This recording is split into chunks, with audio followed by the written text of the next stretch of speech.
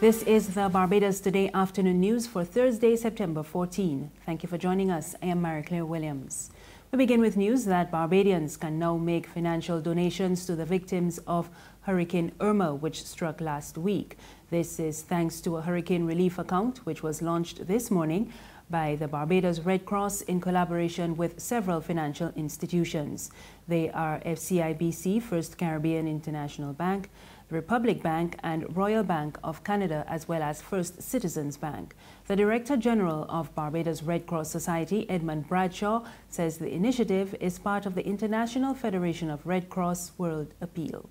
Our hearts are torn as we reach out to support the families and friends of those so violently taken from their families' lives.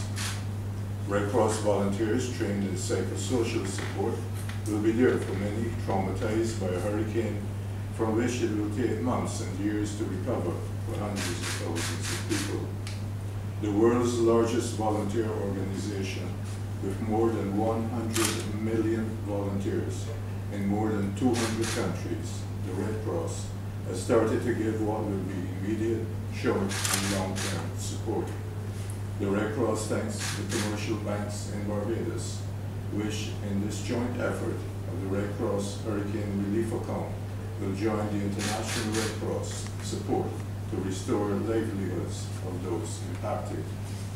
And 12 Barbadians are now back home 1 week after experiencing Hurricane Irma in Tortola. It was one of the islands which suffered extensive damage when the powerful storm hit the Northern Caribbean. They were evacuated by the regional security system and arrived at the Grantley Adams International Airport last evening. Some of them have been recounting their experience. I was there before the hurricane happened, and after, the damage that it caused was quite traumatic to many. Yesterday we were told we were on a military evacuation and we were to hold in a certain area, and there was a gentleman from the Barbados military that kept coming back and checking on us, and then finally he came back and got our passports around 7 o'clock, and at 7:30 we were told we can't get on the plane because they hadn't got approval through the Barbados government in time. And so at 7:30 we were told we have to leave the airport, there's a curfew, go take shelter and come back tomorrow morning. And I think the 12 of us were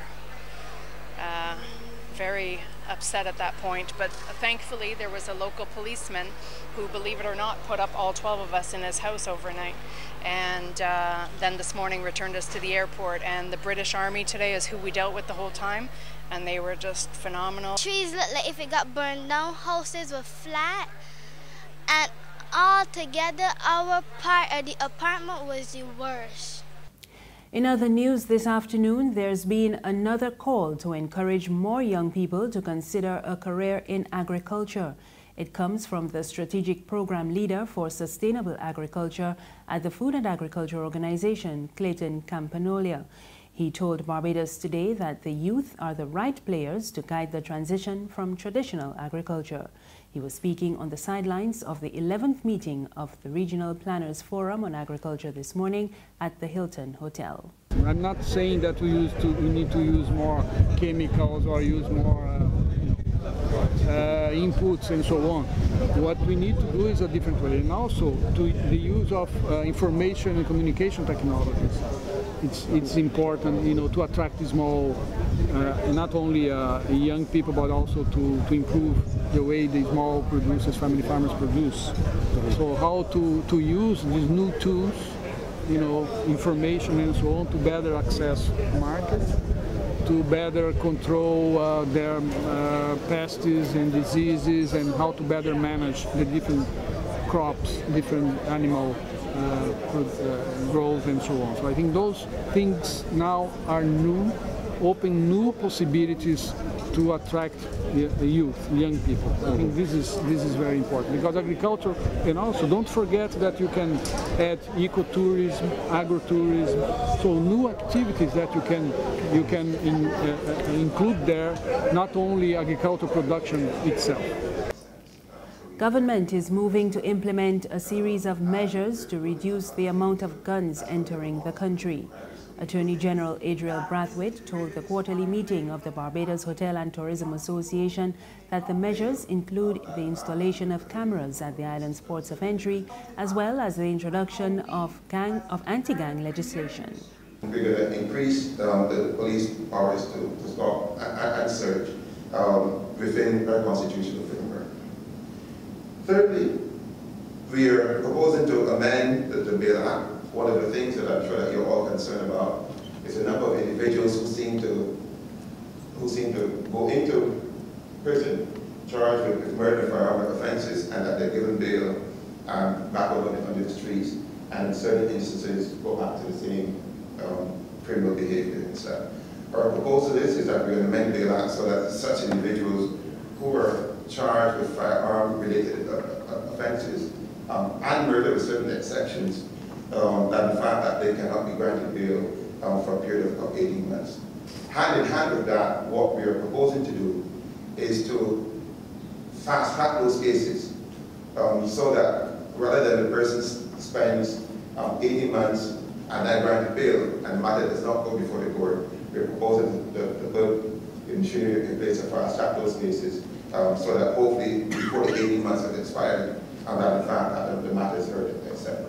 Brathwaite says government is also considering the introduction of plea bargaining to speed up the conclusion of serious criminal cases. A new firearms bill is being finalized not only with strict penalty provisions, but a strengthened regulatory framework for licensed firearm holders, gun clubs, sellers of firearms and ammunition and ranges. What we're trying to do here is to ensure that there's no leakage. Our concern is that from what we're seeing, that these individuals seem to have access not just to the illegal firearms but to the ammunition. And so we want to ensure that in fact that our legal providers are not conduits to this bad behavior. That's a polite way of putting it. 5, the long-spoken about civil asset forfeiture bill is being finalized and it will be before Parliament next month. Again, what we want to do and what any right-thinking society should do is to take the benefits out of crime. There's something wrong with a chap being able to drive around a Range Rover, etc., and with no discernible source of income. And what we're going to do is that we're going to put the regimen in place to ensure that we don't even have to wait until there's a criminal matter before the court, that in fact that you can be called to account if we believe that in fact that your source of wealth is from illegal sources.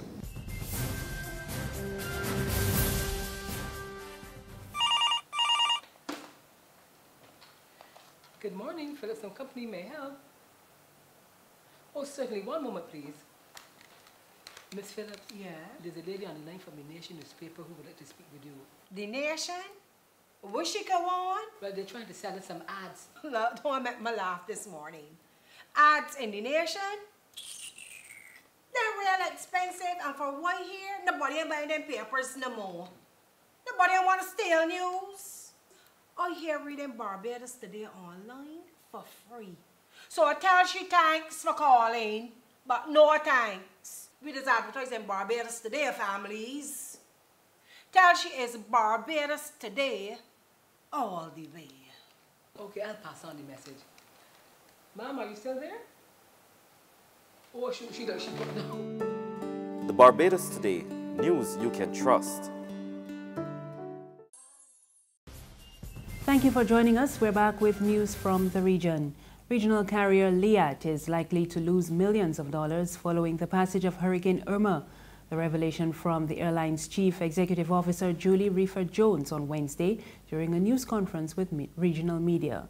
Jones stated that due to the airline's inability to operate commercial flights to some of the islands, including St. Martin and the British Virgin Islands, it is estimated that as much as $4.4 million could be lost between now and the end of this year.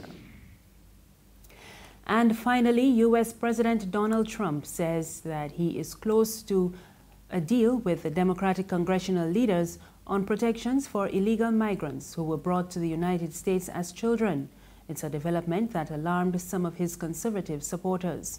Trump met with the top Democrats in the Senate and House of Representatives Chuck Schumer and Nancy Pelosi at the White House on Wednesday evening, and he said any final agreement must include significant measures. Well, we're working on a plan subject to getting massive border control. We're working on a plan for DACA. People want to see that happen. You have 800,000 young people brought here, no fault of their own. So we're working on a plan. We'll see how it works out. But we're going to get massive border security as part of that. And I think something can happen. We'll see what happens. But something will happen. The wall will come later. We're right now renovating large sections of wall. Both Nancy Pelosi and Chuck Schumer, I think they agree with it. But I think we're fairly close, but we have to get massive border security. That's news this afternoon. Remember, there's more on our website, www.barbadostoday.bb. You can also subscribe to our e-paper, email updates, and like us on Facebook. We're on Izumi Media in bus terminals and on Screenplay at supermarkets and gas stations near you. You can also tune in to Mix 96.9 FM for more news. I am Marie Claire Williams. Good afternoon.